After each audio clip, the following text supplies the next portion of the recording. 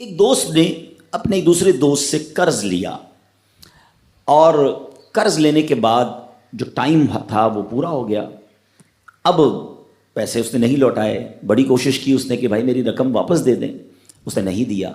اب وہ یہ کیس لے کر عدالت میں چلا گیا اور جج صاحب سے جا کر اس نے کہا کہ اس نے میرے پیسے دینے اور یہ میری رقم نہیں لوٹا رہا. تو جج صاحب نے کہا کہ تمہارے پاس 30 دن ہیں, ودن 30 days تم نے اس کے پیسے واپس لوٹانے ہیں ورنہ پھر تمہارے خلاف فیصلہ ہو جائے گا. تو وہ شخص گھر گیا. اب اس نے کیا کیا, اس نے صبح سے لے کر شام تک درود پاک پڑھنا شروع کر دیے. 1 دن 2 دن 3 دن 27 دن ہو گئے. وہ درود پڑھتا رہا اور انتظار کرتا رہا. پیسے تو تھے نہیں, 30ویں دن عدالت میں پیش ہونا تھا. 27 دن گزر گئے, 28ویں رات آ گئی. خواب میں اس کو کسی نے آواز دی کہ گھبراؤ نہیں, تمہارا قرض ادا ہو جائے گا. اگلے دن پھر درود پاک پڑھتا رہا.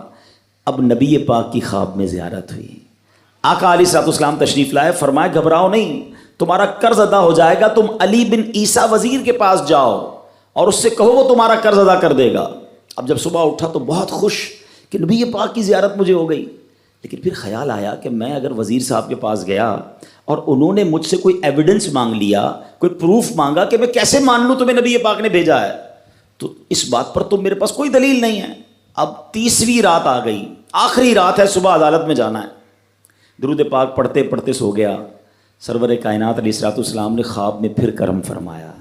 فرمایا علی بن عیسیٰ وزیر کے پاس جاؤ, وہ تمہارا قرض ادا کر دے گا. کہ حضور میں چلا تو جاتا, مگر اگر وہ مجھ سے کوئی پروف مانگتا, کوئی ایویڈنس مانگتا تو میں کیا جواب دیتا. پیارے آقا علیہ الصلوۃ والسلام نے فرمایا کہ ایسا کرو, اسے یہ کہنا کہ آپ کا ایک راز ہے جو آپ جانتے ہیں اور رب جانتا ہے, اور وہ راز یہ ہے کہ آپ روزانہ فجر کے بعد 5000 بار درود پاک پڑھتے ہیں, اور جب تک درود پاک مکمل نہیں ہوتے آپ کسی سے بات نہیں کرتے. اب جب صبح اٹھا تو بہت مطمئن کہ اب تو دلیل بھی آ گئی ہے. پہنچ گیا صبح علی بن عیسیٰ وزیر کے پاس. اس کا دربار لگا ہوا ہے. اس نے پیغام بھجوایا کہ میں علی بن عیسیٰ وزیر صاحب سے اکیلے میں ملنا چاہتا ہوں, پیغام لایا ہوں. درباری نے آ کر پوچھا, وزیر صاحب پوچھ رہے ہیں کس کا پیغام لایا ہو؟ کہا میں نبی پاک علیہ الصلوۃ والسلام کا پیغام لایا ہوں. فوراً وزیر صاحب نے بلا لیا. کہا فرمائیے. کہ مجھے میرے آقا علیہ الصلوۃ والسلام نے کہا ہے کہ آپ میرا قرض ادا کر دیں. میں 3000 دینار کا مقروض ہوں. Today is the last day in the court. آج مجھے کورٹ میں پیش ہونا ہے. اگر آج میں نے اپنا قرض ادا نہ کیا تو مجھے جو ہے وہ سزا ہو سکتی ہے. علی بن عیسیٰ کہتا ہے میں بالکل آپ کا قرض تو ادا کر سکتا ہوں, مگر مجھے کیسے پتہ چلے, کوئی دلیل ہے, کوئی پروف ہے کہ آپ کو نبی پاک علیہ الصلوۃ والسلام نے بھیجا ہے؟ کہتا ہے ہاں, خالی ہاتھ نہیں آیا, آقا نے دلیل بھی عطا فرمائی ہے. اچھا بتائیے کیا دلیل ہے؟ کا دلیل یہ ہے کہ آپ کا ایک راز ہے جو صرف آپ جانتے ہیں اور آپ کا رب جانتا ہے. 5000 ٹائمز ڈیلی آپ درود پاک پڑھتے ہیں فجر کے بعد, اور جب تک یہ درود پورے نہیں ہوتے آپ کسی سے بات نہیں کرتے. آپ ذرا پہلے تھوڑی دیر کے لیے امیجن کریں کہ جو وزیر 5000 بار روز درود پڑھتا ہوگا وہ عاشق رسول کیسا ہوگا. اس کی تو لاٹری نکل آئی نا, وہ تو خوشی سے جھوم اٹھا, کہتا ہے مرحبا یا رسول اللہ, میرے درود پاک قبول ہو گئے, بہت خوش. اب ابھی بیٹھے ہیں آپ, کمرے میں گیا, واپس آیا اور 3000 نہیں 9000 دینار لے کر آیا.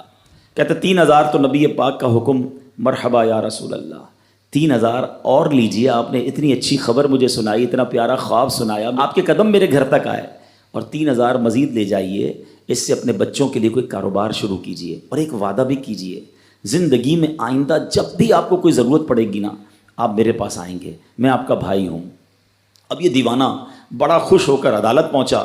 اچھا everybody expecting over there, سب یہ سوچ رہے تھے کہ یہ اس نے آج گرفتار ہی ہونا ہے, کیونکہ تھا ہی کچھ نہیں اس کے پاس, پہلے ہی کہہ دیا تھا کہ میں کولیپس ہو گیا ہوں.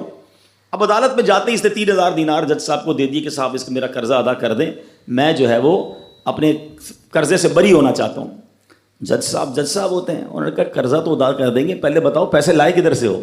تم تو کہتے تھے پیسے نہیں تھے تمہارے پاس, اتنی بڑی رقم کیسے انتظام کی؟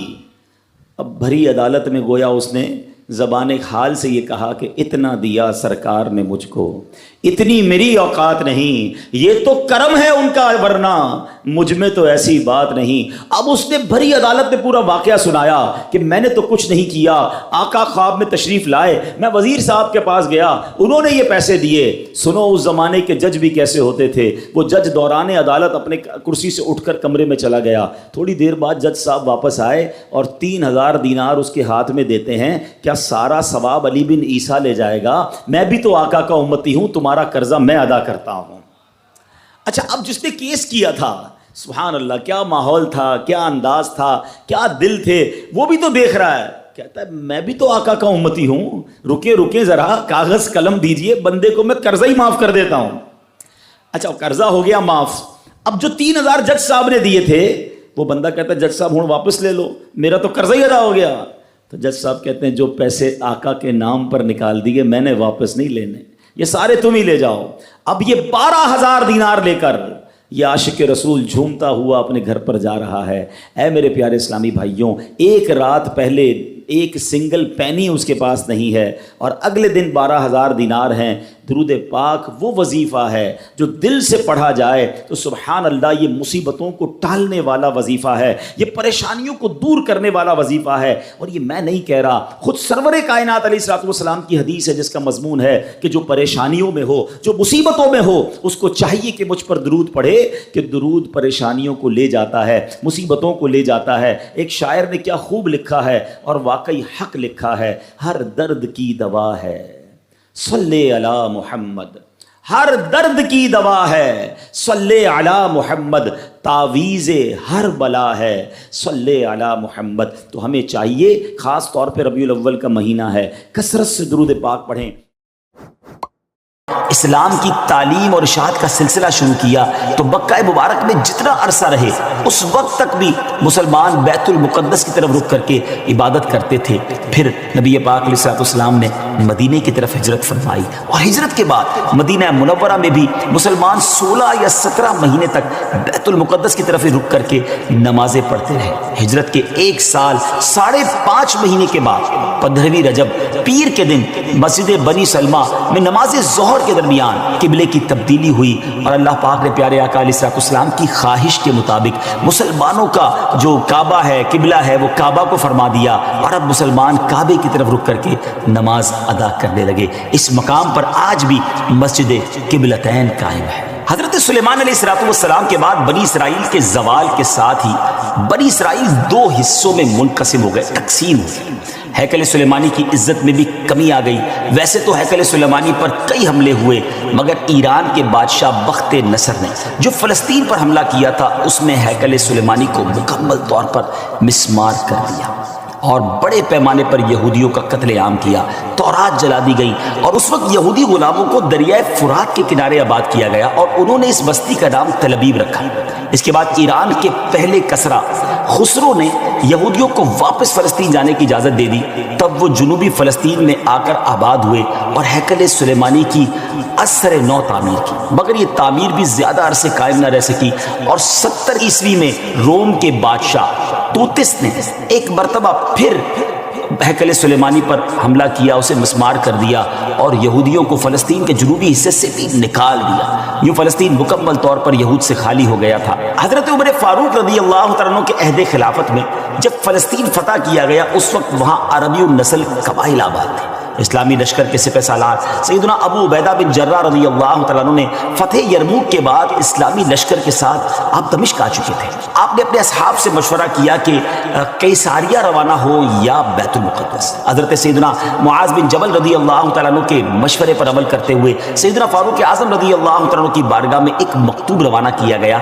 دونوں شہروں میں سے کس شہر کا انتخاب کیا جائے۔ سیدنا فاروق اعظم رضی اللہ تعالیٰ عنہ نے جلیل القدر صحابہ کرام علیہ رضوان سے جب مشورہ کیا تو مولا علی شیر خدا کرم اللہ تعالیٰ وجہ الکریم نے فرمایا کہ اے امیر المومنین، آپ اسلامی لشکر کو بیت المقدس کی طرف روانگی کا حکم دیں، وہ پہلے بیت المقدس کو فتح کرے پھر قیصاریہ کی طرف جائیں، کیونکہ رسول پاک علیہ الصلوۃ والسلام نے پہلے مجھے بیت المقدس کی فتح اور بعد میں قیصاریہ کی فتح کی خوشخبری دی تھی۔ یہ سن کر سیدنا فاروق اعظم رضی اللہ تعالیٰ نے فرمایا اے ابو الحسن، آپ نے سچ کہا۔ پھر سیدنا ابو عبیدہ بن جراح رضی اللہ تعالیٰ کی طرف پہلے بیت المقدس اور پھر قیصاریہ روانگی کا حکم لکھ کر روانہ کر دیا۔ ڈیئر ویورز، ہے نا بڑی عجیب داستان، بڑی ایمان افروز داستان۔ سیدنا ابو عبیدہ بن جراح رضی اللہ عنہ کو جیسے ہی امیر المومنین کا مکتوب ملا، آپ نے روزانہ 5000 مجاہدین لشکر بیت المقدس روانہ شروع کر دی، یعنی 5000 مجاہدین ڈیلی روانہ ہوئے۔ بیت المقدس کا جو قلعہ تھا، جو فورٹ تھا، وہ بڑا مضبوط تھا۔ رومیوں نے یرموک کا حال سن کر پوری تیاری کر رکھی تھی۔ اسلامی لشکر کے جاتے ہی انہوں نے قلعے کا محاصرہ کیا، اس کو سراؤنڈ کر لیا۔ حضرت ابو عبیدہ بن جراح رضی اللہ عنہ کے حکم سے روزانہ اس فورٹ پر، اس قلعے پر حملہ کیا جاتا۔ 11 دن تک حملہ کرتے رہے، مگر کوئی خاص پیش رفت نہ ہوئی، کوئی پروگریس نہ ہو رہی تھی۔ 11ویں دن خود سیدنا ابو عبیدہ بن جراح رضی اللہ عنہ سیدنا خالد بن ولید رضی اللہ عنہ تشریف لائے۔ مجاہدین نے تکبیر و تحلیل کی صدائیں بلند کی، خوب نعرے لگائے، تو رومیوں کو بھی معلوم ہو گیا کہ اسلامی لشکر کا کوئی بڑا سردار آ گیا ہے۔ وہ سب پریشان ہوئے، اپنے سب سے بڑے راہب قمامہ کے پاس گئے اور ساری صورتحال بیان کی۔ جب اسے معلوم ہوا کہ مسلمانوں کا سردار آ گیا ہے، وہ بہت پریشان ہوا اور کہنے لگا، اب تمہاری ہلاکت نزدیک ہے، کیونکہ میں نے پچھلی کتابوں میں پڑھا ہے کہ ملک شام کو محمد الرسول اللہ صلی اللہ تعالیٰ علیہ وسلم کا ایک سرخ رنگ کا صحابی فتح کرے گا۔ اگر یہ وہی سردار ہے تو صلح کے علاوہ اب تمہارے پاس کوئی دوسری صورت نہیں ہے۔